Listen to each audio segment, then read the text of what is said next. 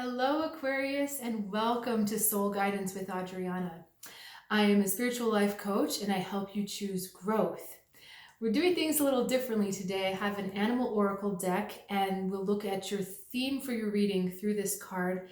And then I have a completely new tarot spread for you. So let's go ahead and get started. This, by the way, is one of my favorites. I just got this deck. I love this card. It is the Seahorse.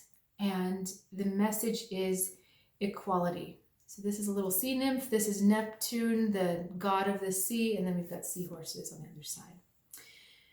This card asks you to look for equality in all your relationships, especially your intimate partnerships, to make sure that the emotional and the day-to-day kind of domestic, mundane responsibilities are being shared equally. Whoa. This is also a card that talks about not hiding from your fears.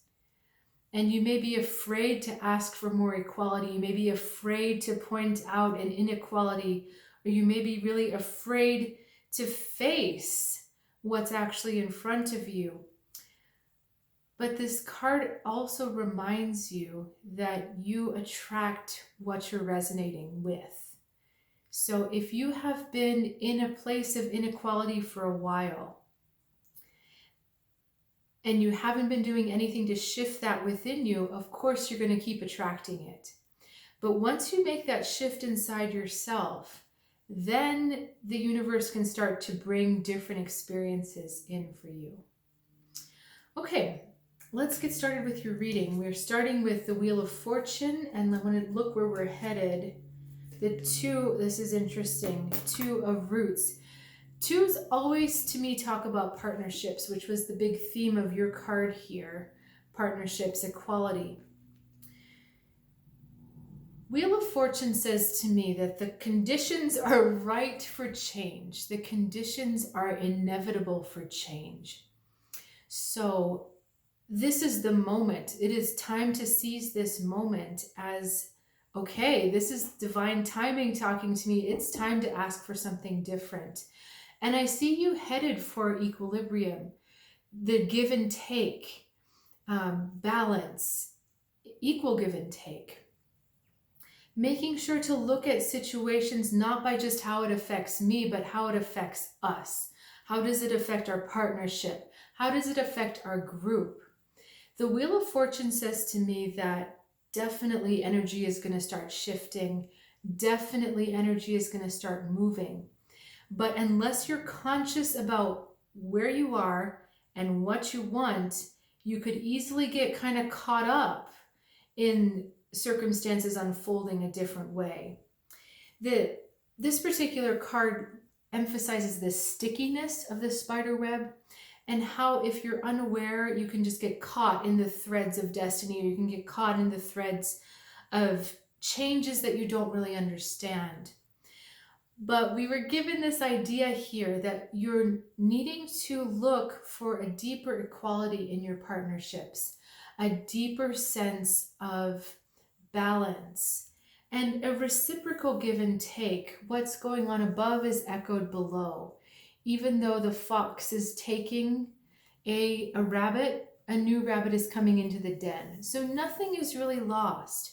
But what happens when things are out of balance? Either the fox takes too much and there's nothing left in the den, or maybe there's no fox at all, and then the den gets overcrowded and then the rabbits have no place to go, or something terrible happens because they run out of room. So you see, there's a give and take, and a lot of times relationships get unbalanced because we're doing too much of one or the other. We're giving too much or we're taking too much. And when we give too much, we don't allow the other person to show up in a way that gives to us. And when we take too much, then we also don't allow, how do I put that one? When we take too much, that means we're not giving enough. And that, in a sense, still makes the relationship very one-sided. Okay? This is about being willing to do a little bit of both, a little bit of giving, a little bit of taking, or if you want to call it receiving. I don't mind give and take, but some people don't like that terminology. For me, this is a hard lesson because I love to be self-sufficient. I love to do everything for myself. But those little moments where I've allowed myself to step back and let someone come forward have been the most rewarding, gratifying, and special moments. I'll give you a silly example. I teach piano, and I gave my little students something. I can't remember what I gave. It may have been like flowers, or just something that I didn't need anymore that I could give to her. And her mom wanted to give something back to me, and she said, I'm going to the grocery store. Can I get you anything? And I didn't need anything at all. I really was just like, no, and besides, if I do, I can go to the grocery store myself. But I understood what she was saying, and I also, at the time, was trying to learn this art of giving and receiving. So I said, yes, please get me, I think I said an avocado, just something small. And she was so happy to give that to me. And actually, I felt so happy receiving that avocado because it wasn't something I needed at the time, but it was just like this special feeling. And, especially when partnerships are established for a long time and you have this pattern of, I give this and you give that, and I take this and you take that. When it's been going for so long, it can be difficult to shift. But these cards are saying it's time to shift now. Right now, it's time to shift. You have the timing of the universe behind you. It's time to ask for more.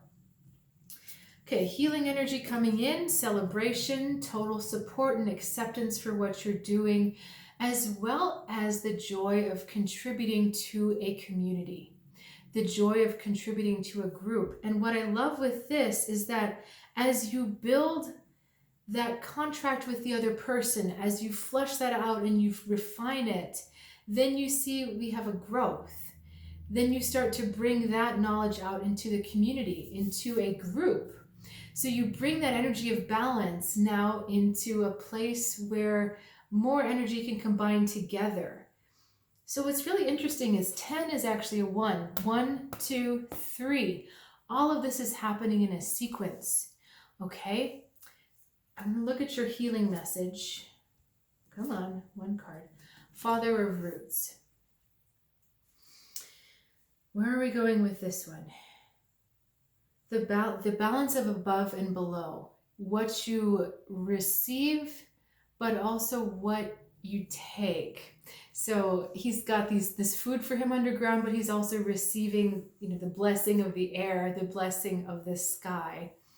There's something else with this. I feel like you're really being asked to master this because of your presence in a group as well as in a partnership. You are asked to bring this balanced energy into the groups, but it has to start with your one-on-one partnerships. And that King of Roots is asking you to master this through practice. Telling you that you've gotten to a point where you have everything you need on your own to be self-sufficient. Now it's time to take this energy into the collective situations you find yourself in, your partnerships, your social groups, your work groups, your everything else. But this is really a question of mastery.